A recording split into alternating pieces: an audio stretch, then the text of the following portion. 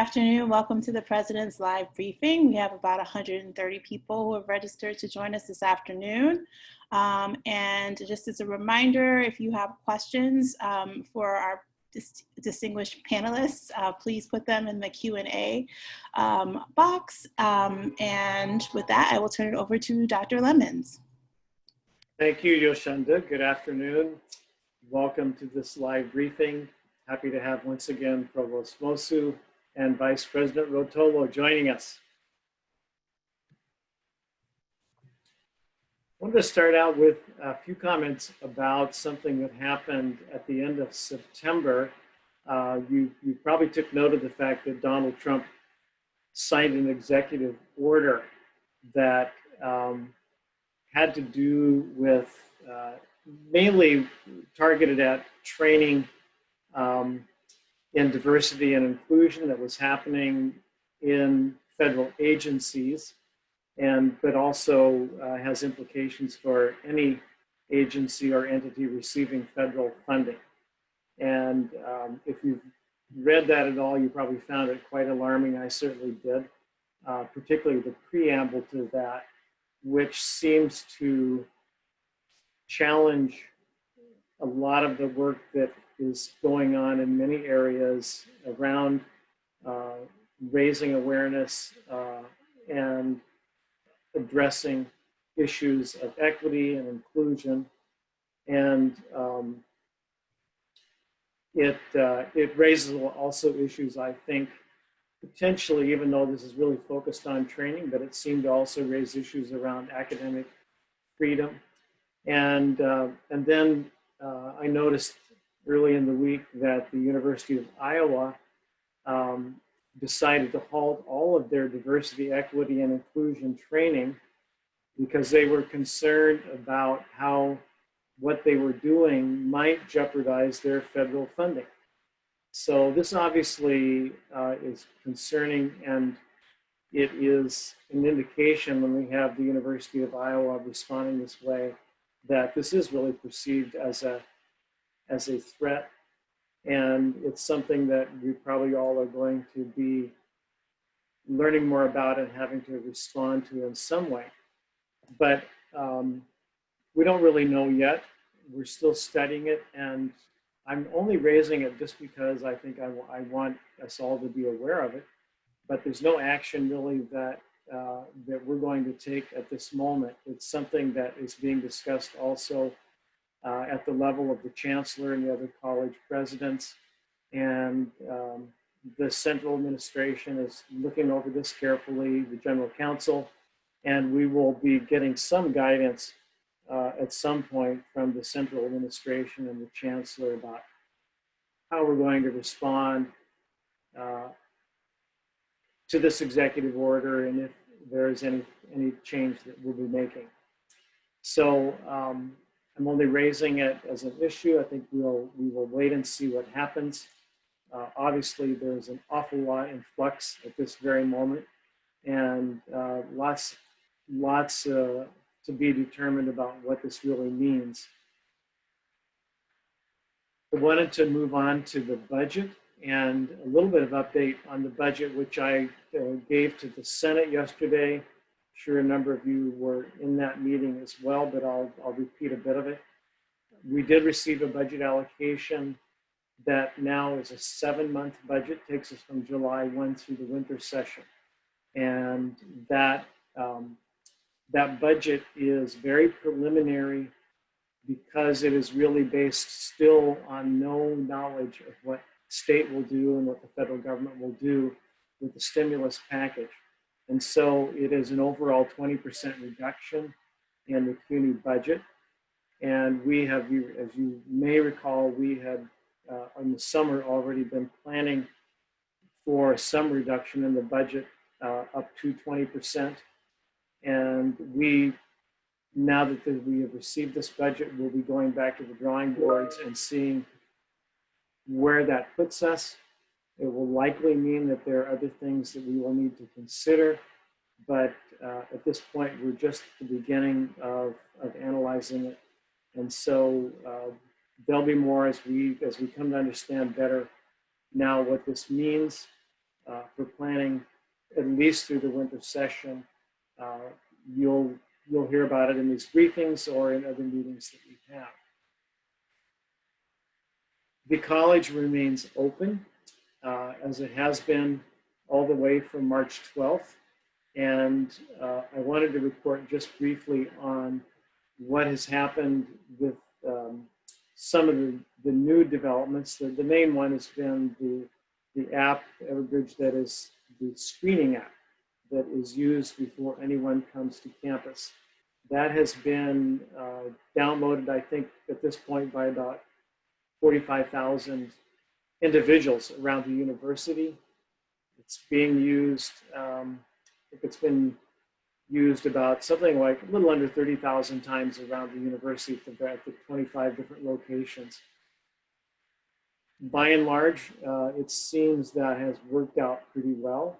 And there haven't been a lot of issues, but there have been some, and there are changes that are being made to that app. Some of them have already been made as of this week. Some around ADA compliance. Also, for those that don't have a smartphone, it's now fully able to register you by email, and the kiosk function has also been enabled.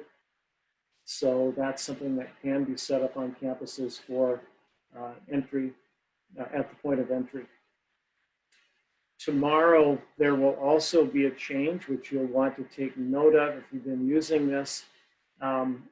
If you get a red token, which is a lockout, which means that you cannot come to campus, you will not be able to go back and redo that. You will have to have that cleared by a point of contact, the point of contact on campus. So that's a change you should be aware of as of tomorrow. One thing that will be added, I don't think it's going to be added by tomorrow, but is in the works, will be an additional warning that you'll receive on the app that will alert you that you are just about to submit, and you confirm that you actually are ready to submit the answers to those questions that are on the app.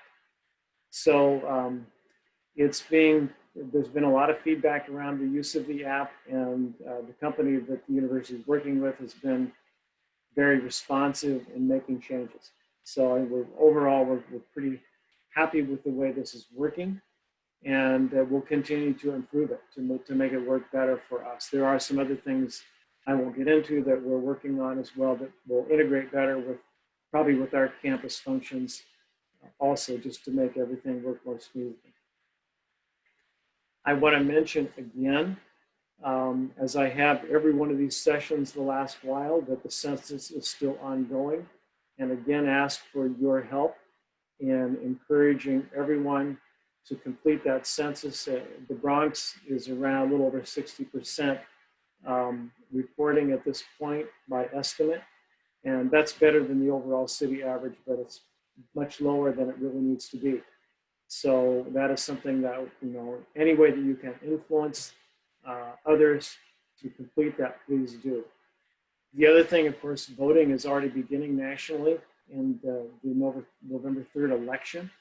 And we want Lehman to vote in a really big way.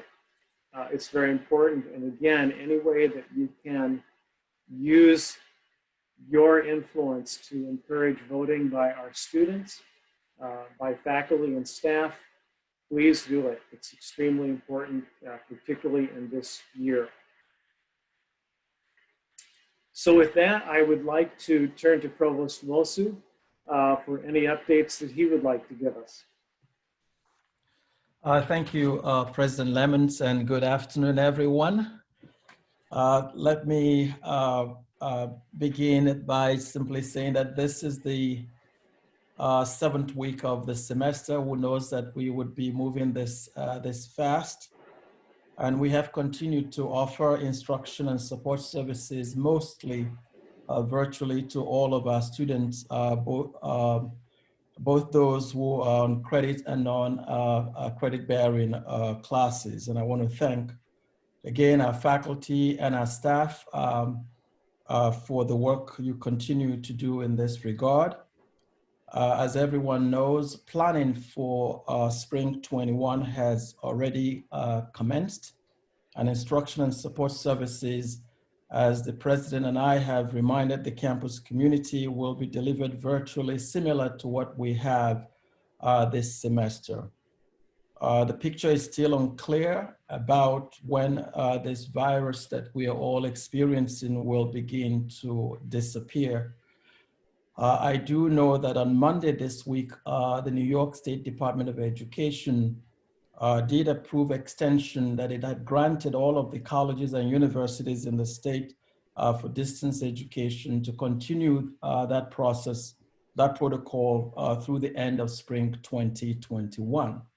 So that's some very good news we received, and I shared that with our deans and asked that they also share that with our department chairs. We have yet to hear from the US Department of Education. That approval remains important for us as we continue to plan for spring. Last week, nonetheless, I met with our school deans, our enrollment management team, our our academic programs and educational effectiveness unit, and then admin and finance, VP Rotolo and I were there as we began to work with our team on scheduling for spring 2021 scheduling of classes. That process is continuing, and schools will be submitting their spring schedules to the senior registrar tomorrow. And we expect spring registration to commence next week. So that's a very fast-moving process for us. On a related item, yesterday, if you were at the Senate meeting yesterday that the president referenced, the Senate approved a new admissions criteria for spring that is focused only on first-time, full-time freshmen.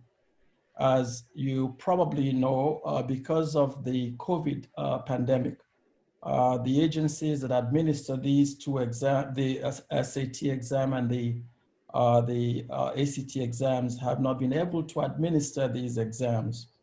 And this also includes the Regents exam that is part of the consideration we use in admitting new students to the college. Consequently, at the July meeting, the CUNY Board of Trustees suspended the use of these two exams for admission purposes beginning spring 21 all the way through fall 22.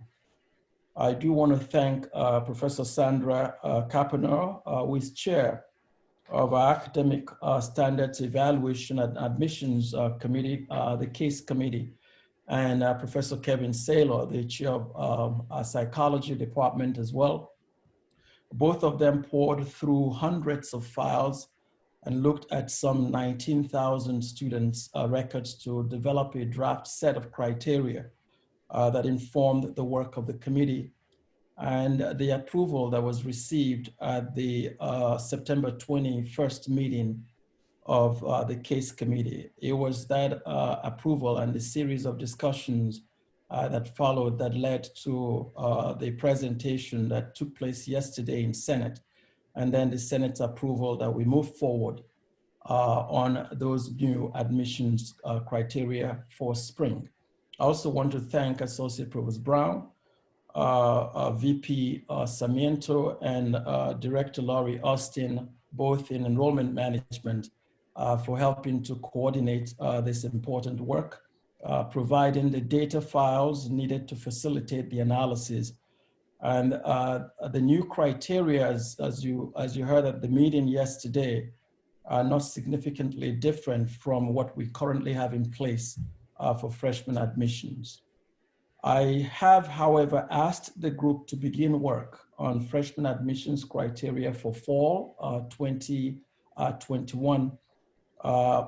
My sense is that we may not be able to have the Regents exam in place to factor into the analysis. Consequently, it is very likely that we will go back to the Senate as early as November, or as, if not December, to ask for an extension to the criteria that was approved yesterday. I have asked the team to work with case committee on that work so that we will have approval of a set of criteria in place for us to continue moving forward with recruitment efforts for fall 2021. So that work is in progress as we speak.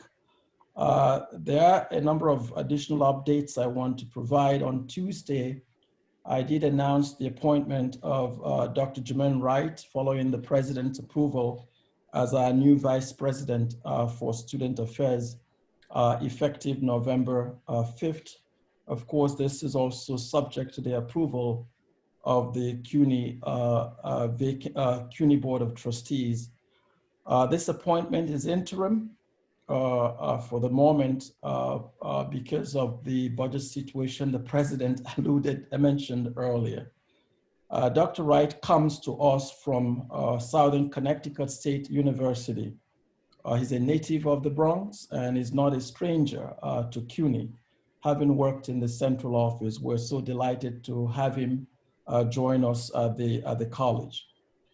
Of course, since last year when Dr. Jose Magdaleno retired, our former vice president retired from the college, I have worked very closely with Dr. Stanley Berzil, Dean of Students, who has served in the capacity of executive in charge, filling the big shoes left by Jose Magdaleno to manage and oversee the Division of Student Affairs. While Stanley chose not to apply for the VP position, it has been indeed a pleasure for me to work with him for more than a year now, coordinating the complex support services provided to our students, from career services to counseling services. He led the efforts to move these services to the virtual space when we transitioned to distance education in March, working with VP Bergman of IT on access for loaner laptop and Wi-Fi devices for our students, working with the Vice President for Institutional Advancement, Susan Ebersol, on a number of basic needs issues, including the food pantry, to ensure that our students who did not have access to food or utility services had the resources to purchase, that we use to purchase gift cards that we send to the students to be able to pay for these services and equally buy food. He also working with VP Sarmiento to ensure that undocumented and international students, including working with the Director of International Programs, Teresita Levy, and to ensure that these students who are undocumented and international who were not covered by the CARES Act funding also received additional support that enabled them to remain in school for this semester. Stanley will remain on my leadership team in his role as Dean of Students and will continue to serve as a member of the Provost and Dean's Council. I'm deeply thankful to him and the leadership team in Student Affairs for their commitment to our students during this challenging time. Also, the CUNY Vacancy Review Board, Mr. President, did approve a request for the search for the permanent dean for the School of Education. And last month, I did appoint a search committee co-chaired by Dr. Nancy Dubez, chair of Early Childhood and Childhood Education, and Associate Provost Brown. We are now finalizing the draft leadership profile for the dean, working with VP Morgan in HR, and then ultimately we'll post this position. I want to thank the committee and the Division of Human Resources for the work everyone has done to help move us through this process. Finally, Mr. President, I want to comment just briefly on the proctoring solution that the university has secured services for. We now have a vendor that the university has identified and will be using to provide proctoring services to our faculty and to our students This actually will begin, the service will be in place by mid-October, that's sometime next week. And the focus on this is actually being to mitigate risks for students in our university and to ensure that this service is available.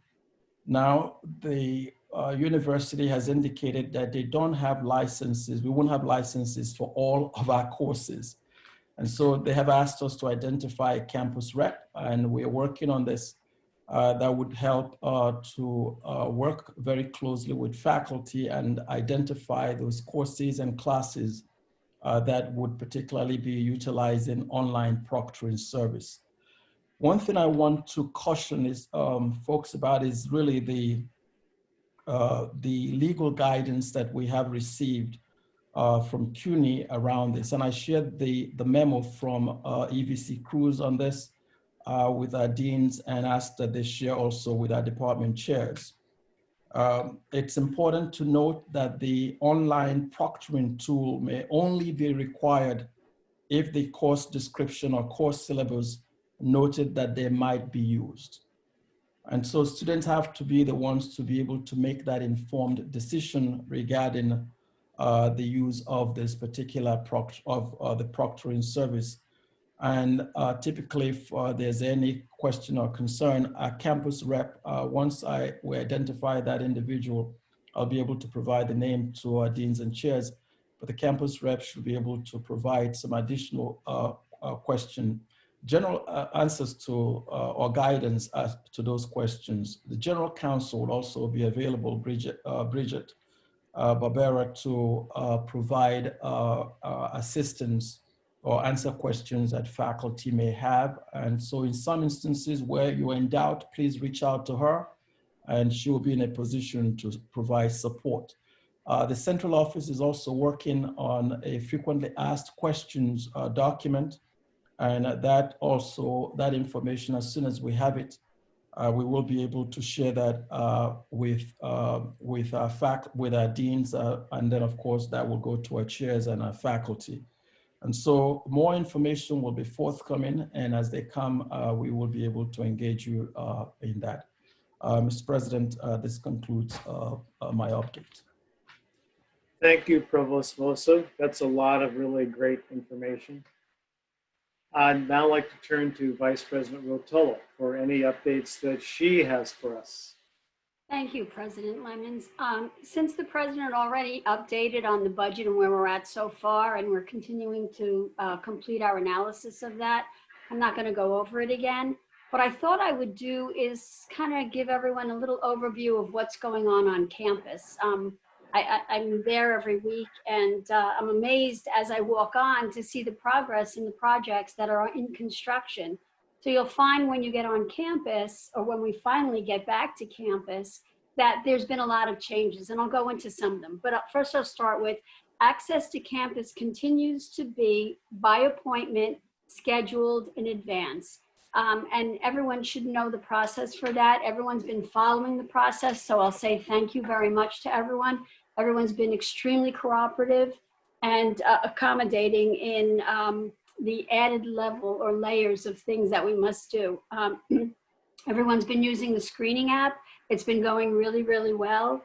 And on campus, some of the changes, demolition of the bookstore is well underway. We have a webcam we've put up, and at some point in the very near future, that will be available on the college's webpage, so you can see the progress on the nursing building as it happens. So step one is demolition of the bookstore, which is on the way. When that's done, they'll begin excavating the site and then start from the below ground up to build the building. The amphitheater is nearly completed.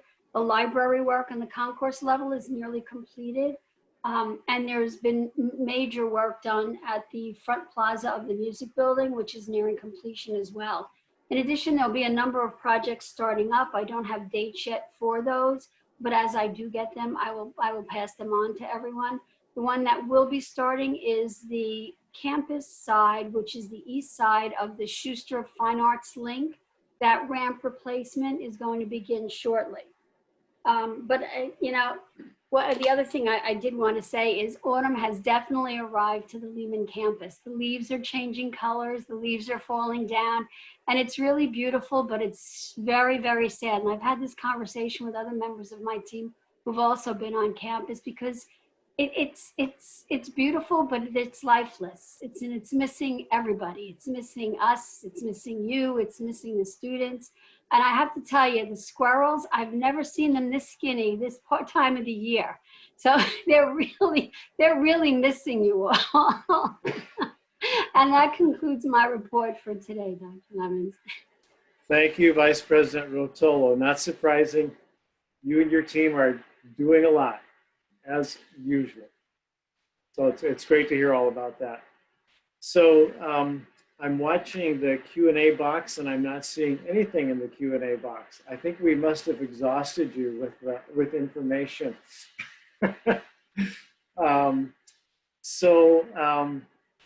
We'll wait a few seconds yet to see if there's anything that, okay, there we got a question. So will we continue working and learning in the spring 21 term? And I assume that means on campus or off campus. And the answer is that we are planning to continue pretty much as we have been doing. And as Provost Nwosu described, the approvals are now in place pretty much for us to continue that in terms of our course offerings. And so that is really our plan. And I think that it's by far the wisest thing for us to do is to assume that spring is going to be like the fall, and we'll continue.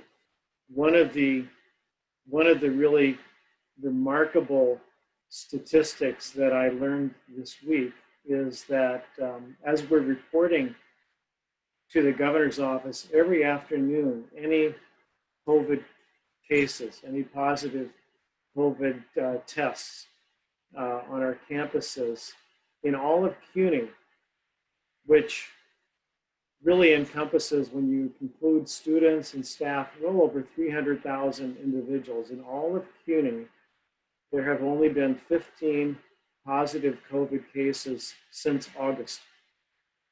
And that's including August. So that is a really remarkable statistic. And even though this hasn't been easy, what we've done, and it's not what we'd like to be doing, nonetheless, we are succeeding at what we're doing as an educational institution, and we have achieved this really remarkable result of keeping our faculty and our staff and our students safe.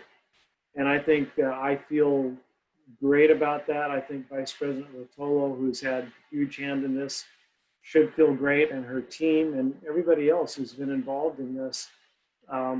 This is what we were trying to do, and we've achieved that. So going into the spring, we want to continue that.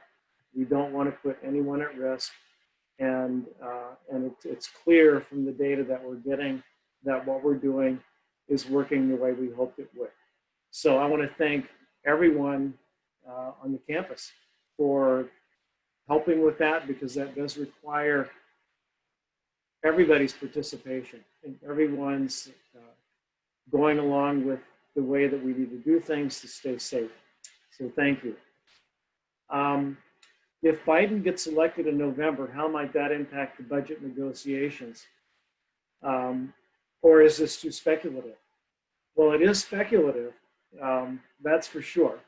And it's very hard to know for sure. Of course, it's one thing if the presidency changes parties, but then the question is, will both chambers, will the Senate and the House also be Democratic? And until we know that, it's very hard to know, even predict, I think, very reliably what might happen. I'll give you my political read, and that is that the president made a huge mistake in walking away from the negotiations. That squarely puts the responsibility for all of the fallout, which is significant across the entire country. People losing unemployment benefits with small businesses, losing support, and the tremendous impact of not having that stimulus bill passed falls on him and the Republican Party. I won't be surprised to see them trying very hard to scramble their way out of the position that they've gotten themselves into.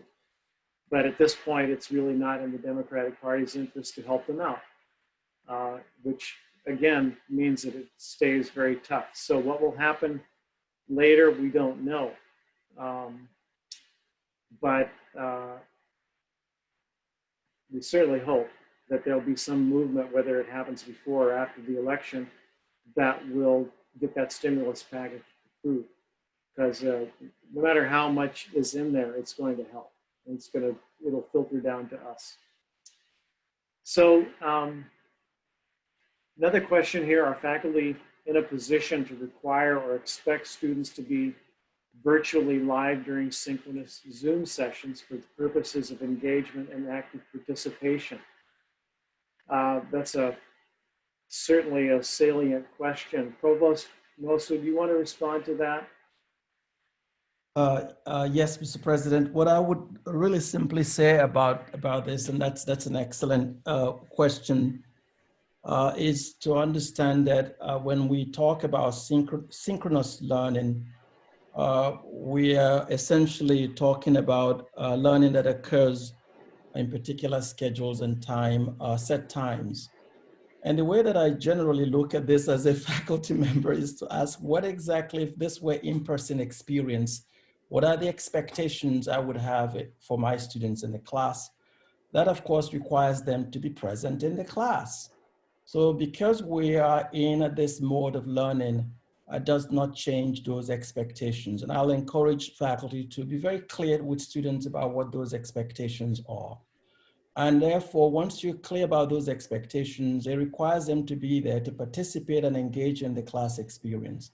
Then, of course, I would ask that you ensure that they participate. It's a requirement for that engagement. Otherwise, if you don't, then of course you leave that up to students to determine and decide when and how to participate in a class for which you as instructor has the responsibility to manage.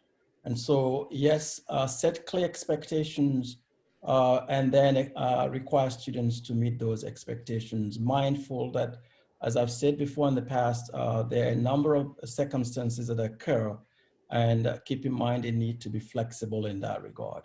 Mr. President, you can also add to this if you want to. I don't think I can add. I think that was a great response. Definitely a very good response. Vice President Rotolo, would you respond to this question about the use of the screening app and whether it's required every time someone comes to campus? Yes. Yes, it's required every time you come to campus. Our essential workers are on campus every day, and prior to coming to campus, they have to use the app as well. So yes, it's required every day for everyone before you come on campus. The simple answer, sorry. But it's easy to do. It's very easy to do, yes. Just the only thing I will caution is that if you're answering the questions while doing something else, it becomes very easy to hit yes instead of no. So I would suggest that you really just focus on answering the questions and making sure you press no if it's no, and only press yes if it's really yes. And the only issues we've been having is with people that hit yes by mistake for one reason or another. And the CUNY's policy on that is very, very strict. If you get a red token, you can't come on campus until you either get tested and have a negative test or you're self-quarantined for 14 days. So my recommendation would be, when you are screening, just focus on the screening.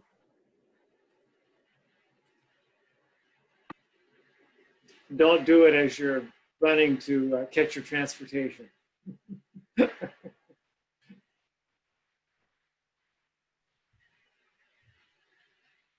So we don't have any further questions, and we don't need to prolong our session beyond the point where we have questions coming in. So by way of just wrapping up, I'd like to also add my thanks to Dean Stanley Bazile for his really tremendous work. He has really done double duty over the last period of time since Jose Magdaleno left us. And he is such a committed member of the team and cares about students very deeply. That's evident every day and every time something comes up, how deeply he cares about students and how committed he is to Lehman College. So Dean Bazile, thank you so much for everything that you've done. And of course, you'll continue to do as Dean of Students. But we're taking on that extra role and carrying it out for us through this period of time. So with that, I would like to wish everyone a good weekend when it arrives. You know, I think I saw on the map that we're very close to the peak of the fall leaf season. So try to get out somewhere and get a peek at some of those fall colors.